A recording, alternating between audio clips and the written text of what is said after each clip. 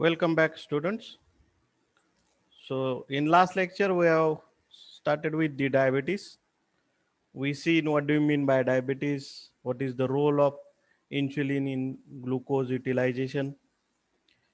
Then we seen the different types of diabetes, type 1 diabetes and type 2 diabetes, the uh, reason or the causes of diabetes. Then we have seen already the different diagnostic test to find out that the person is suffering from diabetes or not. Then we seen some symptoms which are associated with diabetes and its treatment. Now, the aim of treatment about diabetes is first, you have to control the symptoms of diabetes with diet, exercise, and by using the drugs. Then, to maintain the optimum body weight, to correct the metabolic disturbance, as we see in that in the diabetes there is a metabolic disturbance, and that can be corrected with the help of medications to prevent or delay the degenerative vascular complications.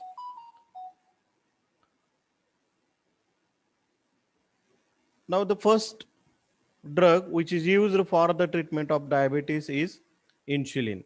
Now, this insulin, it is the drug which is used for the treatment of type 1 diabetes. It is the only option for the treatment of type 1 diabetes, that is insulin dependent diabetes.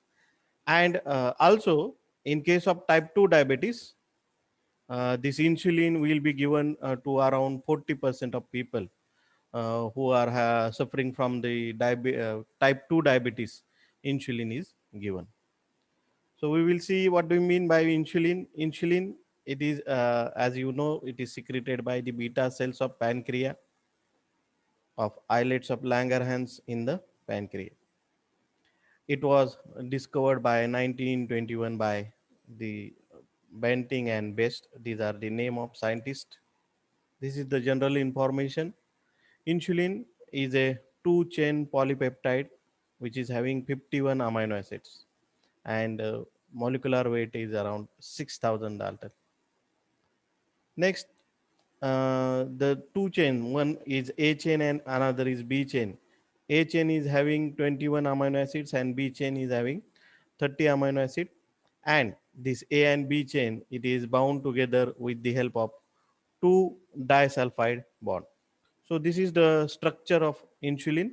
It contains around 51 amino acids and two chains, H chain A and chain B, which contain 21 amino acid and 30 amino acid respectively, and that is joined together with the help of two disulfide bond.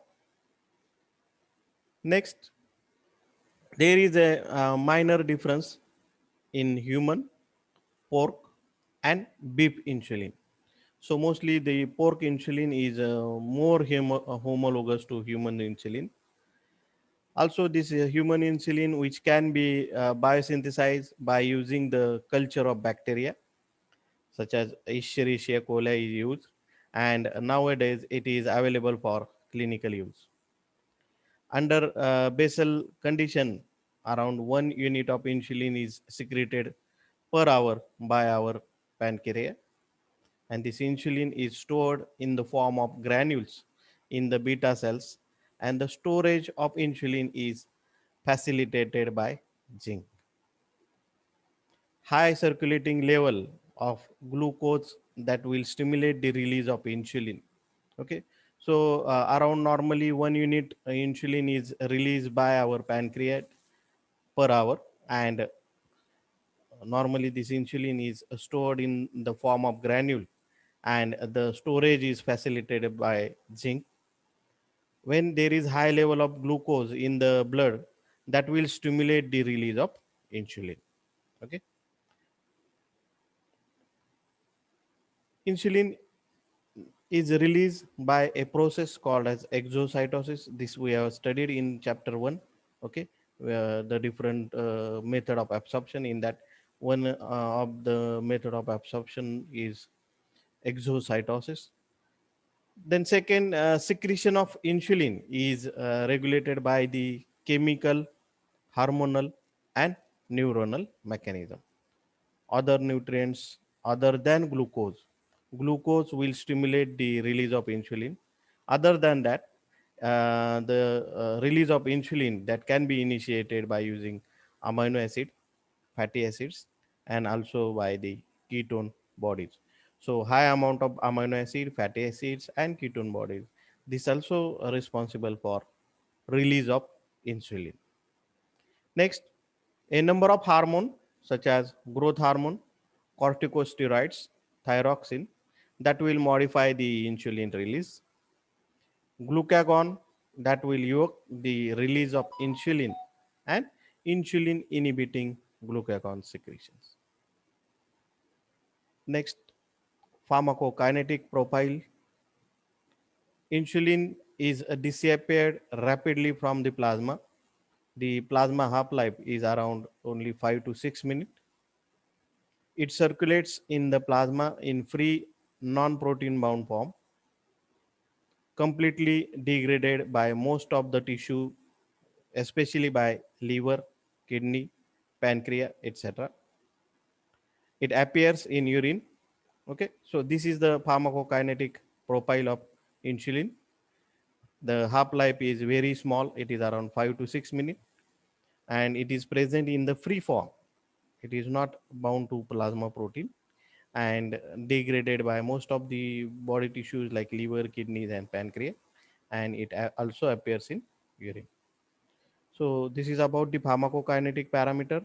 Now the pharmacological actions of insulin.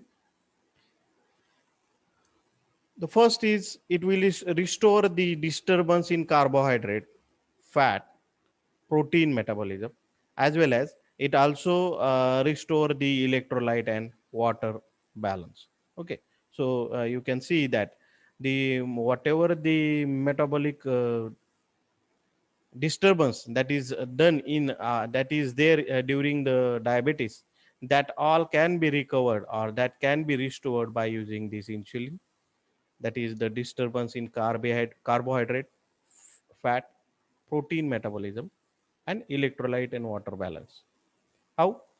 It facilitate the entry of glucose and other sugar into the cell. This we have seen that after binding this insulin to the insulin receptor, that will facilitate the entry of glucose inside the cell. Then this facilitate the phosphorylation of glucose and promote the glycogen synthesis. Insulin inhibit the glycogenolysis and glyconeogenesis, and thus it will increases the glucose utilization. Okay, so it will inhibit the glycogenolysis and glyconeogenesis. So therefore, it will increases the glucose utilization. The net result, these all above result in the use of glucose as a fuel and conversion into glucagon. So the important role of this insulin is it can be used the glucose as a fuel, also the conversion of this glucose into glucagon. So this is the overall role in carbohydrate metabolism. This results in the reduction in blood glucose level. Next, next action will be the insulin stimulates the synthesis of fatty acids and triglyceride. Thus, it will antagonize the metabolic ketoacidosis. It will stimulate the synthesis of fatty acid and triglyceride. So, it antagonizes the metabolic ketoacidosis, enhances the transfer of amino acid into the cell, and promote their conversion into protein. Okay, so it also enhances the transfer of amino acid into the cell, and in the cell this amino acid will be converted into protein, different proteins.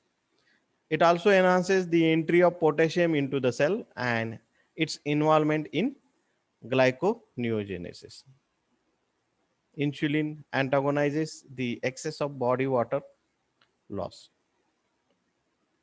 Next, regulation, insulin preparations. Now, there are different insulin preparations available in the market. So, first is regular soluble insulin. It is a buffered neutral pH solution of unmodified insulin, which is stabilized by small amount of zinc. The peak action is produced only after 2 to 3 hours, and the action continue up to 6 to 8 hours. Then the second insulin preparation is lente insulin that contain the insulin zinc suspension. It has two main types. First, with a large particle, which is in crystalline and practically insoluble in water. They are called as ultra lente. It is long acting, and the small particles, and they are amorphous, which is called as semi lente, which is a short acting. Okay, so this lente insulin, it is again converted into, or they are prepared in two main types, with a large particle crystalline form, that is ultra lente, which is used for longer acting, and small particles which is amorphous in nature, and they can be used for, or their action duration of action is for shorter period of time. Also, there is a 7:3 ratio is called as lente insulin, and it is a intermediate acting lente insulin. Okay, so these are the three different forms of this lente insulin.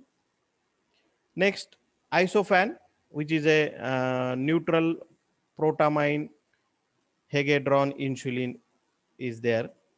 This protamine is added in a quantity just enough to complex all insulin molecule. Then insulin, human insulin, it is prepared in 1980. It has same amino acid sequence as human. This was produced by the recombinant DNA technology by using the microorganism Escherichia coli. The proinsulin, which is obtained from the recombinant bacterial and in yeast, precursor of yeast recombinant, and also it is obtained from by the enzymatic modification of porcine insulin. So these are the different human insulin that is available in the market. Next, the route of administration. Insulin is mostly it is used by subcutaneous route of administration. Side effects are hypoglycemia. This is major. That is maybe because of the large dose and because of poor diet after taking the dose. If the patient is not having a proper diet, that may lead to hypoglycemia. Because of violent exercise, and the another reason is because of the consumption of alcohol, because this consumption of alcohol is also leads to hypoglycemia. Okay, so this is the major side effect of insulin that may leads to because of large dose, poor diet, violent exercise, and because of consumption of alcohol, that may leads to hypoglycemia. Then some people is having allergy to the insulin, so insulin allergy is a one of the side effect. Insulin lipodystrophy, then insulin presbyopia. This is called as a loss of visual accommodation. Then insulin neuropathy is there. Insulin resistance, some patient may develop insulin. Normally the insulin will be started with the low dose, and after a certain period of time you have to increase the dose.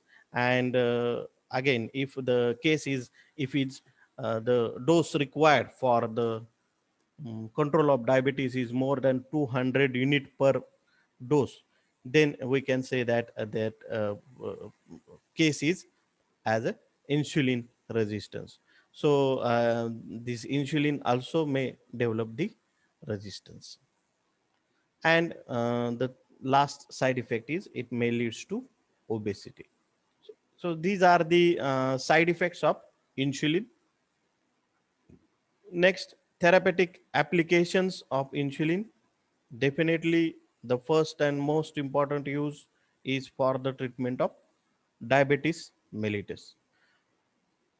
Also, it can be used for schizophrenic patient in anorexia, okay, loss of appetite.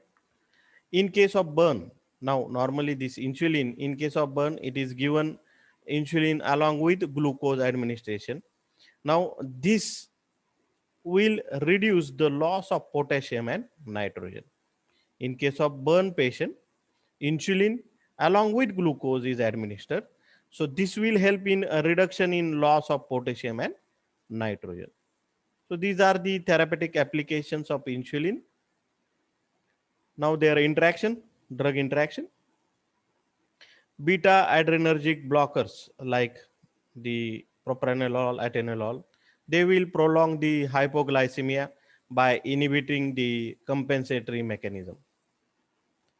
Thiazides, furosemide, corticosteroids, and oral contraceptives, salbutamol, nifedipine, tends to raise the blood sugar and reduces the effectiveness of insulin. So these drugs are taken cautiously in diabetic patient. Next, acute ingestion of alcohol can also precipitate the hypoglycemia by depleting the hepatic glycogen. Lithium, high dose aspirin, and theophylline that also may accumulate the hypoglycemia by enhancing the insulin secretion.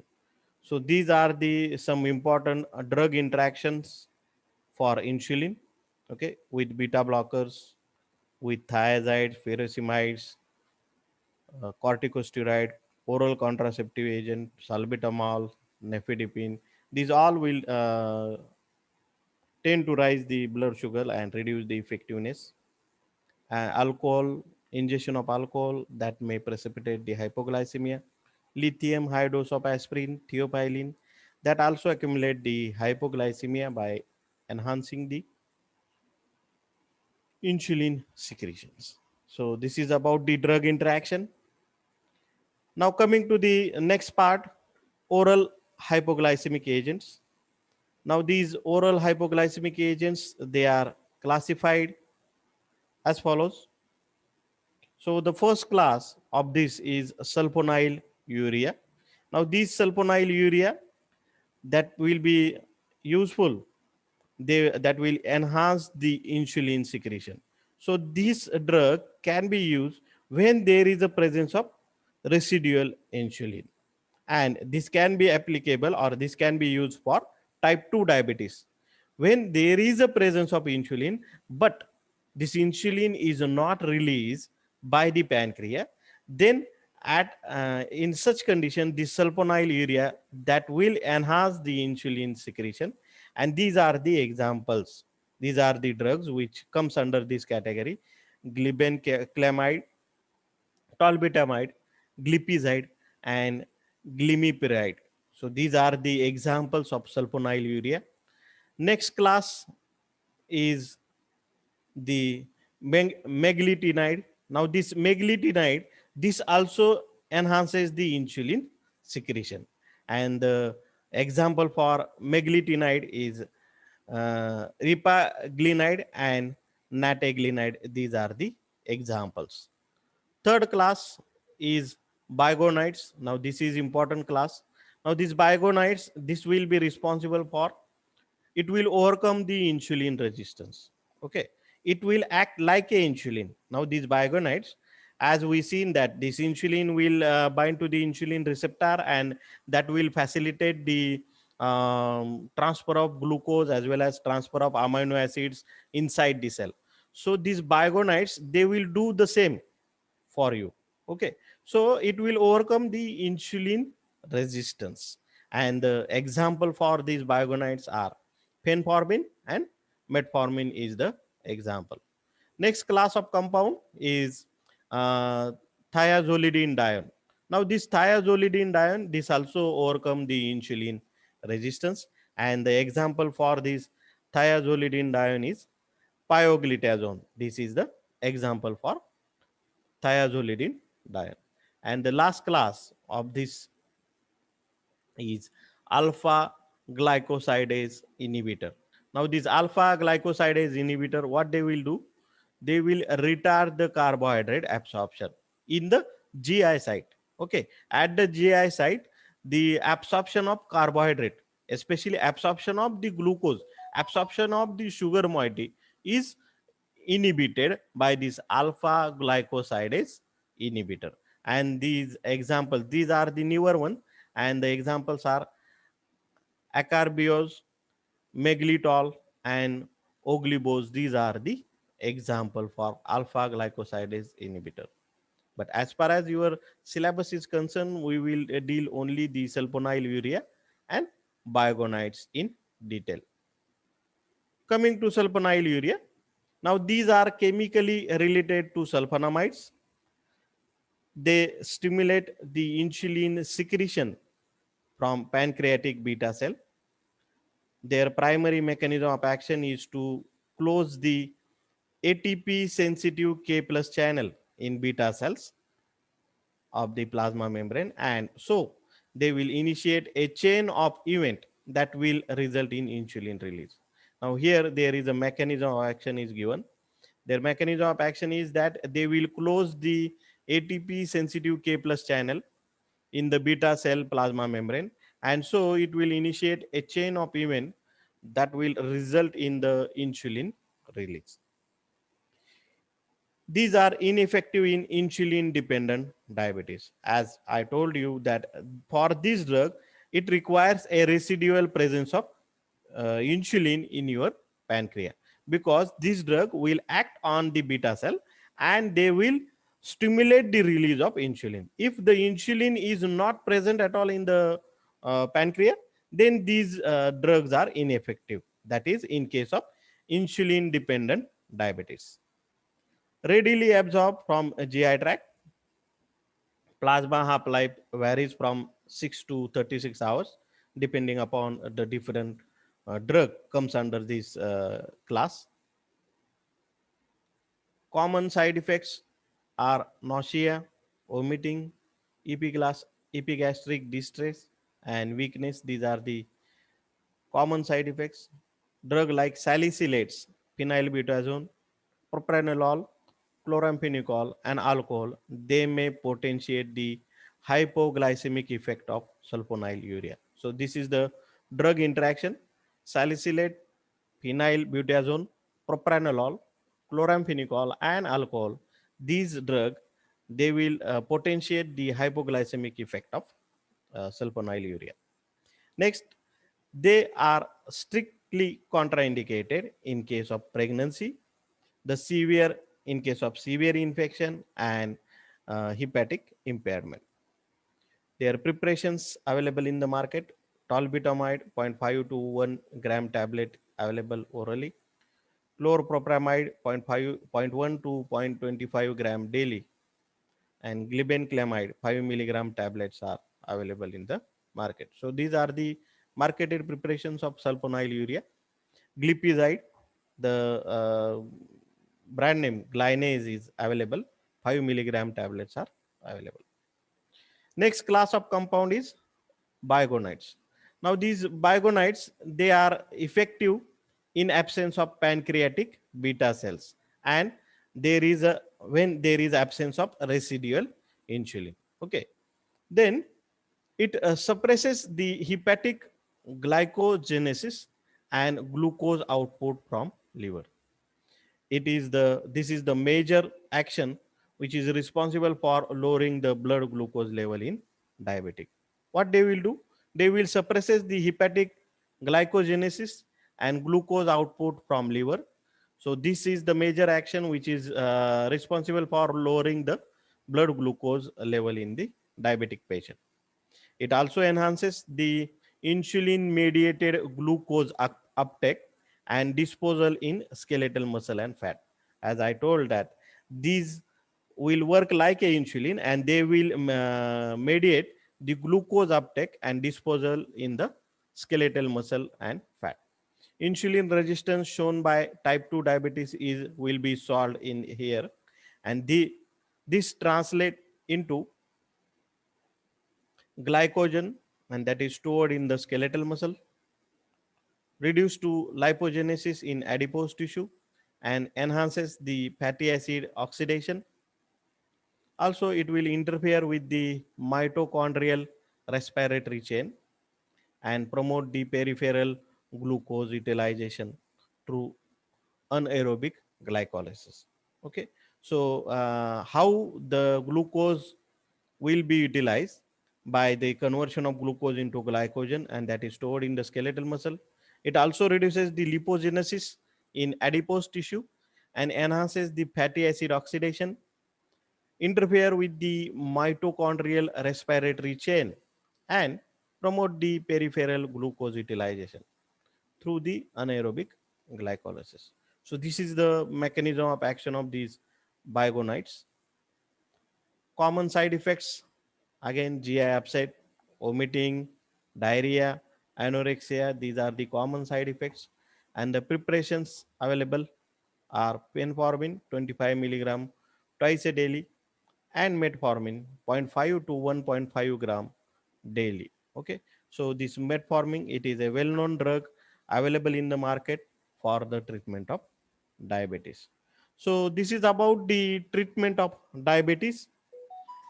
So I hope you enjoyed this, and also I hope you understand the treatment.